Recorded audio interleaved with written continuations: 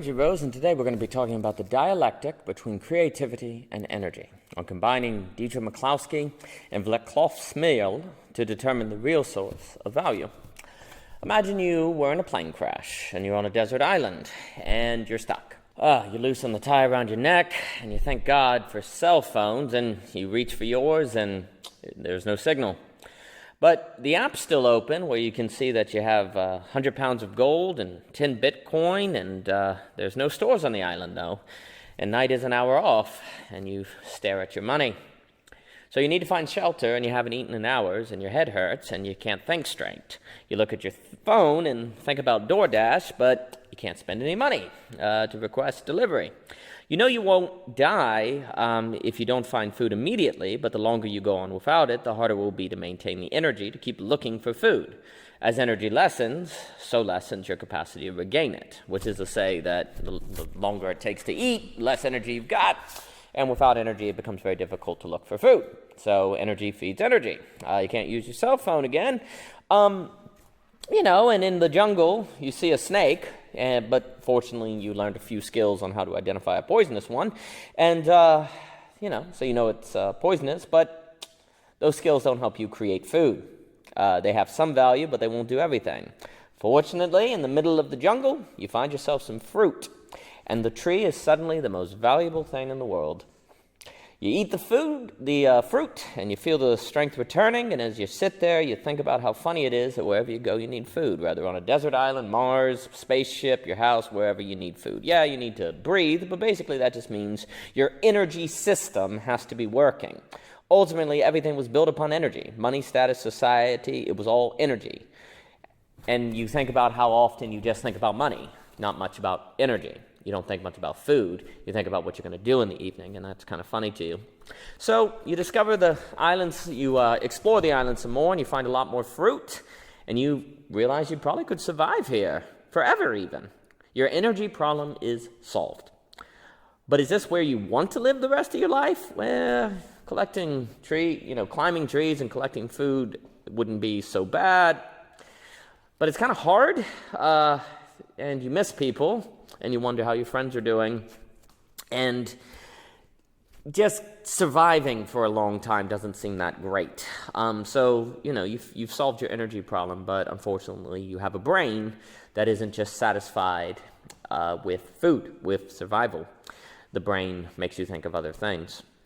So, you have the idea to locate some seeds, and you plant yourself a garden, and this proves to be an efficient source of energy.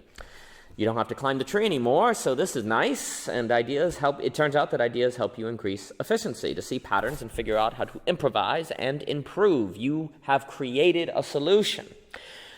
Because we had ideas, we figured out a way to make our situation better, and so we have. And now you start thinking about how to get off the island, which, because you have ideas, you can do. And you think about a boat, but then you sigh because, ideas also make you realize that making a boat won't solve your problem, because there's no way you're going to be able to use a boat to paddle across the ocean. So the idea to make a boat was there, but then you had the idea that other idea was not a good idea.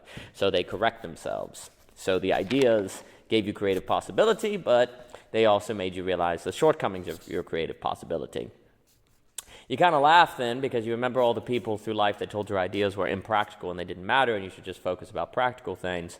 And it dawns on you that the very practical possibilities of leaving the island are completely contingent upon the ideas you have. And so that dichotomy, that break, that hard split between ideas and practice seems so silly now. Well, a week passes, and one night you're sitting by a fire waiting. And you had the idea to keep this fire lit constantly after a thought crossed your mind. One morning you sat under a tree watching a wave roll in and offer no inspiration when a thought that had nothing to do with the water hit you. In fact, it had to do with fire. And then it's late at night and you add a little twigs to the blaze and suddenly you see a light blinking in the sky. You wave screaming, but none of that use of biological energy makes a difference. So you start lighting all the piles of debris you have scattered across the beach, and then you light some trees on fire. And a week later, you're telling your family back home in the old living room that you never prayed so hard in your life. So that's our little thought experiment. What are we trying to do with it? Well, we're trying to figure out what the fundamental source of value is. A lot of people talk about gold, Bitcoin, money, et cetera, et cetera, et cetera. But what's really interesting is the point of the thought experiment is to show that there's actually not a single real source of value. It's more like a dialectic between energy and ideas, energy and creativity. And I'm going to call this the dialectic of Dietrich McCloskey and Vaclav Smil. Mr. Smil, Dr. Smil, is an economist and an economic historian who specializes in energy systems. And he just basically makes the point that you can go through a whole economy and price it in terms of energy, fossil fuels, so on and so forth.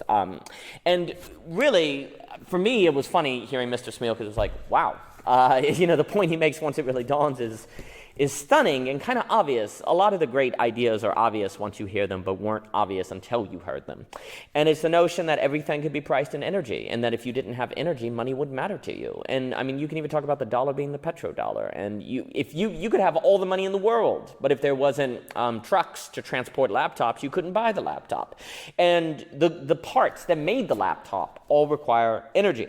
And so there's this radical role that energy has. And here's the key. Energy always matters. There is no situation that you can imagine where energy doesn't matter. That's why we did our thought experiment on the island.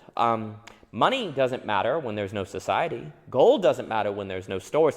None of that stuff matters when you're on a desert island. But on a desert island, energy still matters. And my inspiration here was a little bit of the state of nature thought experiments you see in philosophy, like Rousseau and Hobbes, where it's like, and actually G.K. Chesterton as well. His is my favorite, on how cavemen like to be artists. I love that in The Everlasting Man. But anyway, it's this idea that if you return it to the state of nature, what are human beings actually like? And of course, there is no state of nature. It's all a thought experiment, and in that way can be problematic because it's a way to grant a philosophical system's axioms that really can't be provided because it's just a thought experiment. One has to be skeptical of any philosophical system that is contingent upon scenarios that are impossible. But I don't think the scenario of getting stranded on a desert island is impossible at all. In fact, it happens, and it has happened. And sure, there are some rare examples of Amazon people who are stranded in the forest who have not encountered society that we can observe to see what they are like. And maybe that would give us an insight into human nature. But the problem is, even that you can't necessarily derive a universal principle of human nature from how some people in the Amazon act, because maybe they act that way due to their genes, their environment, their setting. It wouldn't necessarily follow that any human being of any background and any genetic makeup would act the same way. But actually, on a desert island, on a island in the middle of the ocean, there is a non-contingent need to use energy. There is a non-contingent need to have an idea of how to escape and how to efficiently get energy. So that is not contingent upon genetics. So I think it is a valid thought experiment. Anyway, the point of the thought experiment, too, is not to decide what human nature is like, but to decide what something external to humans are like. And I think you can use thought experiments more reliably to make determinations about something external to human beings, such as the economic system. And what we see in that thought experiment is that energy is non-contingent. You need it at all times. Also, the ideas are non-contingent. If you don't have the idea to go and get food, then you will die. So ideas have value. Now, this is not to say that every idea has value, nor is this to say that every use of energy has value, but it is to say energy as a category is inherently valuable, and ideas as a category are inherently valuable, and that it is by a dialectic, not an autonomous source, a dialectic between ideas and energy that we arrive at the fundamental source of value for socioeconomic orders. I think Dietrich McCloskey, so the other side of this dialectic is Dietrich McCloskey, and I think her work on the role of creativity is absolutely stunning, and I highly suggest it. I'm completely convinced that the unleashing of creativity and ideas, the idea revolution, is what primarily gave you the great enrichment. And she'll talk about this in her quote-unquote bourgeoisie trilogy. And also I try to talk about in the Creative Concord how creativity is why the material dialectic that Marx talks about does not collapse into that it doesn't fall apart, that capitalism can actually sustain itself if it manages to maintain innovation and creativity. So I think Dietrich McCloskey is correct, and if the modern world was made by ideas and creativity, and we put that together with Smil, and we get that the modern world was made by a dialectic between energy and ideas. So again, it's just critical to understand that the real source of human value is a dialectic. And this makes sense because human beings seem to be dialectical. We seem to be physical, but also kind of metaphysical. We seem to be metaphysical, with the meta in parentheses, and this is described all throughout O.G. Rose. Brain and mind do not seem to be identical, even if the mind is an emergent property of the brain and requires the brain. And so it would make sense that in human beings, being a mixture of the metaphysical and the physical, that ultimately the fundamental source of value for the socioeconomic order would be dialectical, because human beings in their nature seem dialectical. Because I have the idea of building a house, it is possible for me to channel my energy toward that end. If I didn't have the creative idea, I couldn't channel my energy toward it. And if I had plenty of energy but not the idea to build a house, I never would. So ideas determine the directionality of energy, but ideas are useless if I don't have the energy to realize them. Thomas Sowell makes that wonderful point where he's trying to show that natural resources aren't what make an economy rich, when he points out that, prehistoric man had all the fossil fuels and energy in the world, but he didn't have the human capital by which to harness it and to refine it and to use it. And so what Thomas Sowell is arguing is that human capital is fundamental to a socioeconomic order, which I think we can associate with Dietrich Maclowski and creativity and ideas and what I call the artifacts in the creative concord.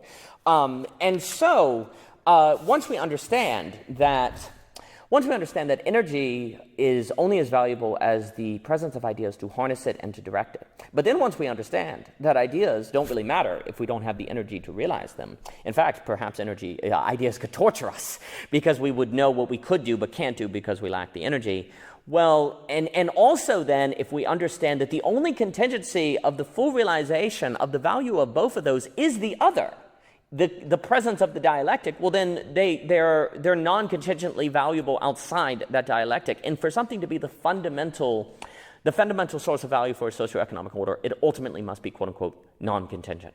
Like when everyone's always talking about the fundamental source of value, and they're saying gold or Bitcoin or something like that. The problem is, I think there's a conflation of fundamental and secure. Certainly, gold can be a secure source of value, but only when situated in a socioeconomic order, such as modern capitalism. The same can be said of Bitcoin. In the middle of a forest, in the Amazon, or the woods, or the jungle, or on a desert island, it doesn't, perhaps in a technical sense, the gold still maintains it's a secure storehouse of value because, elsewhere in the world there's capitalism.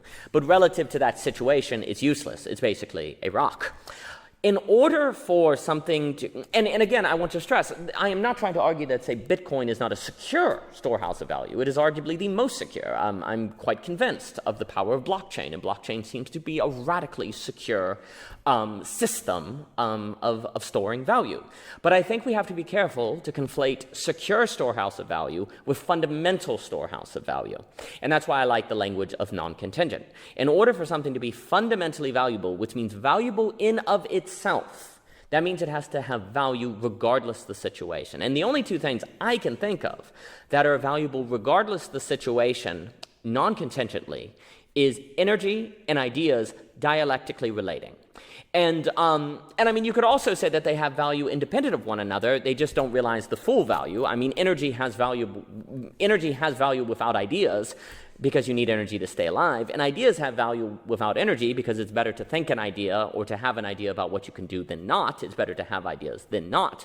But really the full realization, the refining of those fundamental values, if you will, does require the dialectical relationship between the two. So I think it is of the utmost importance to realize that secure storehouse of value and fundamental storehouse of value are not the same thing. I think that has caused a lot of confusion because I will note that whatever you think is the fundamental storehouse of value has very practical consequences because that is going to orient what you think is the best socioeconomic order, because the best socioeconomic order, every socioeconomic order is going to be organized around what people believe is the fundamental storehouse of value. I always talk about how the truth organizes the rational. What you believe is true determines what you think is rational. Well, likewise, what we believe is the fundamental non-contingent source of value is going to organize how we think we should design the economy, the society. And if we think it's gold, then we're going to organize the society around gold. If we think it's Bitcoin, we're going to organize the society around Bitcoin. So understanding that the non-contingent source of value is actually energy and creativity is going to radically transform what we focus on and what we pour our attention onto. And we're going to invest more in being creative. We're going to change our school system to be creative. We're going to really focus on figuring out how to get renewable energy, because if energy is the fundamental source of value and we could run out of energy, well, then we would lose fundamental value. But we're also going to realize we have to create renewable energy in a manner that does not deplete existing energy. Because if energy dries up, we could have a massive, massive global depression, global economic crisis. Now, how exactly to do that is very difficult, but note how they relate. The more creative we become, the better we can be at figuring out ideas on how to make new sources of energy, renewable energy, and so on and so forth. And the more energy we have, the more we'll be able to be creative. So these things feed one another. But of course, that means they can also be lost together. So it is very, very important that we, begin prioritizing creativity, creative thinking, which would also get us into the subject of intrinsic motivation in the school system and how to create intrinsic motivation, which in the book on that, which I'm not sure what I'm going to title yet, right now it's called Intrinsic Motivation or Cultivating Aesthetic Sensibilities, I'm not sure. But anyway, in there it's going to associate the cultivation of intrinsic motivation with how does someone leave Plato's cave on their own. In the famous allegory, someone pulls, the teacher comes down and pulls someone out of the cave, but the question becomes, how can we leave the cave on our own? And that's a massive question.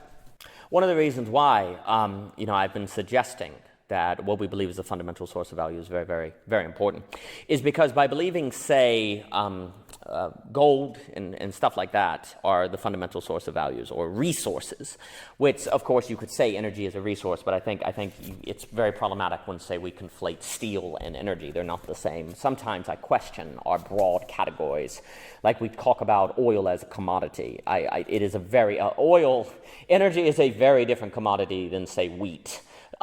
Don't get me wrong, wheat matters, but energy is like everything. And energy is a huge, huge deal. You cannot price your entire economy in terms of wheat, but you can price the whole thing in terms of energy because energy is in everything. So one of the big things that has happened is we talk about the economy as the distribution of limited resources. Because, and don't get me wrong, there's a lot of truth to that. But the very possibility of the economy, of thinking of the economy as actually the space in which the dialectic of energy and ideas realizes itself and operates and determines efficiency and how to create higher possibilities for humanity. That's not there. Instead, what you have is a notion that economics is a source of limited resources. Well, then guess what? Scarcity creates value. The scarcer things are, the more value they have. That's why gold is valuable, right? I mean, one of the reasons Bitcoin is valuable is because there is a limited number of Bitcoins. I think it's like 21 million or something. So there's a scarcity there. There's an inherent scarcity. Well, energy and ideas have value without being scarce. They are not contingent upon being scarce. And I think that's incredibly important. By conflating fundamental storehouse of value with secure storehouse of value, that also contributes to a notion that fundamental value has to be scarce. And the entire socioeconomic order then, the entire science of economics, if you will, then has to be about the distribution of limited resources. But that would suggest that if resources weren't limited, economics would be over.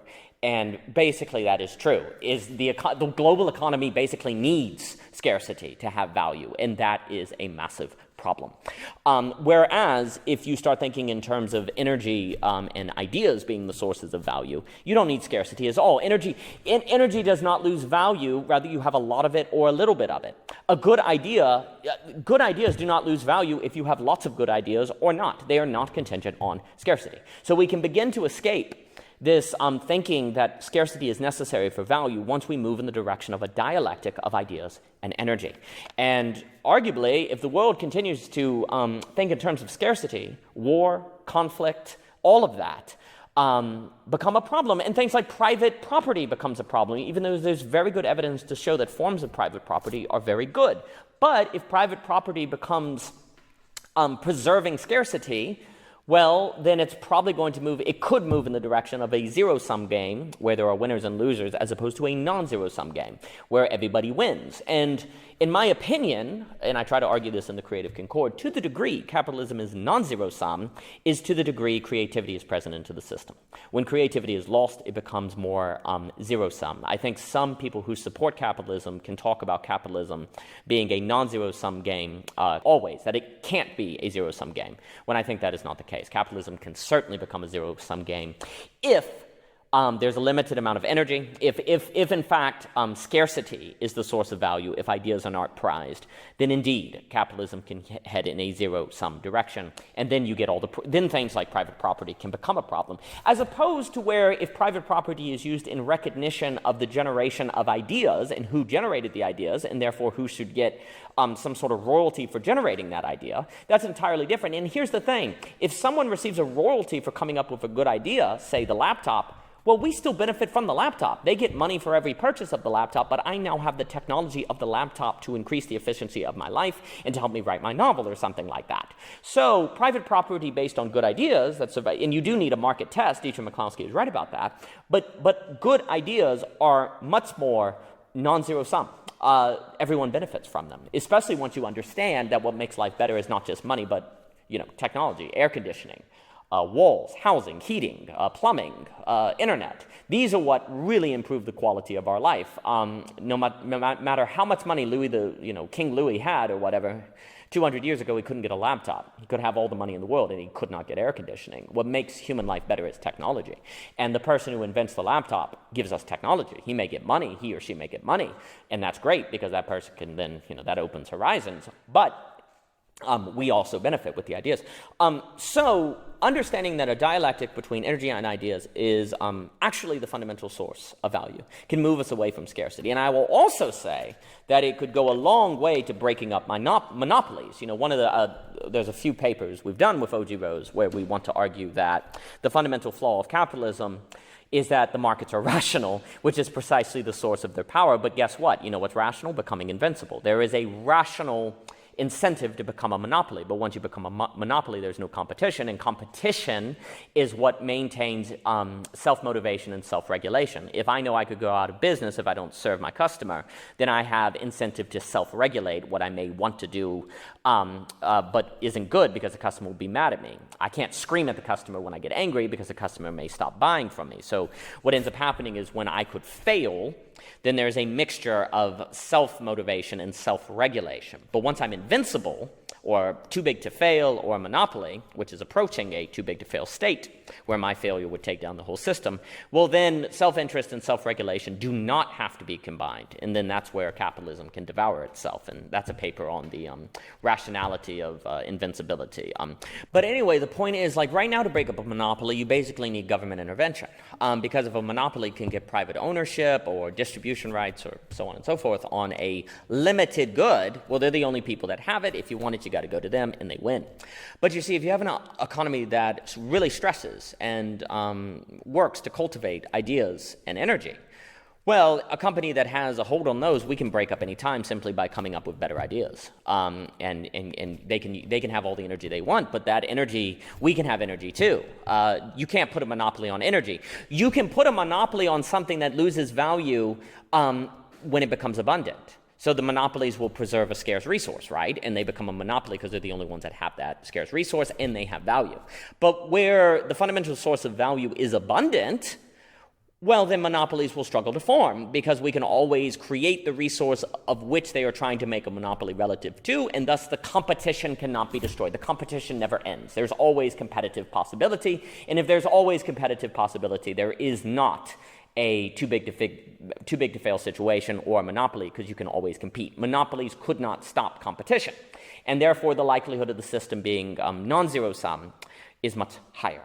So really understanding that fundamental value is a result of a dialectic between creativity and ideas works against monopolies. It works against scarcity being a source of value.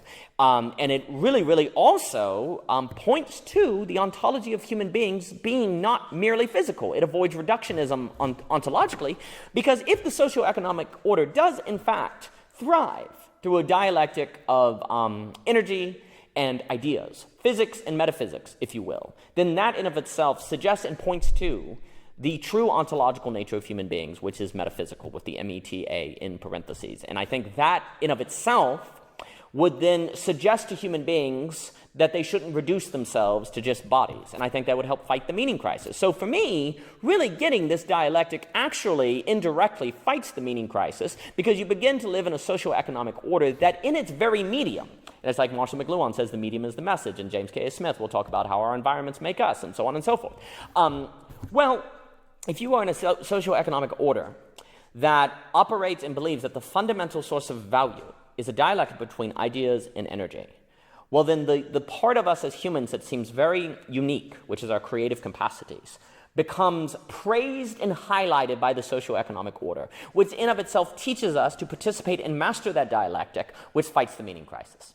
So this all goes in the direction as well as overcoming the depression, the suicide, the drug overdose, and the meaning crisis that Bernanke talks about. So really grasping that fundamental sources of value are non-contingent, and that only energy and ideas are non-contingent, can, one, help us overcome the shortcomings of our socioeconomic order that is leading it to zero-sumness, winners and losers, monopolies, the preserving of scarcity, and so on and so forth, and help us head in a direction of abundance, not only in terms of economics, but abundance in the human element that will help us rise above the meaning crisis, that will help us rise to the occasion of the difficulties of the meaning crisis, so that we rise to a better tomorrow. For more by O.G. Rose, please see ogrose.com. Instagram, Facebook, YouTube, all likes, follows, and so on and so forth are greatly appreciated, and thank you so much for your time.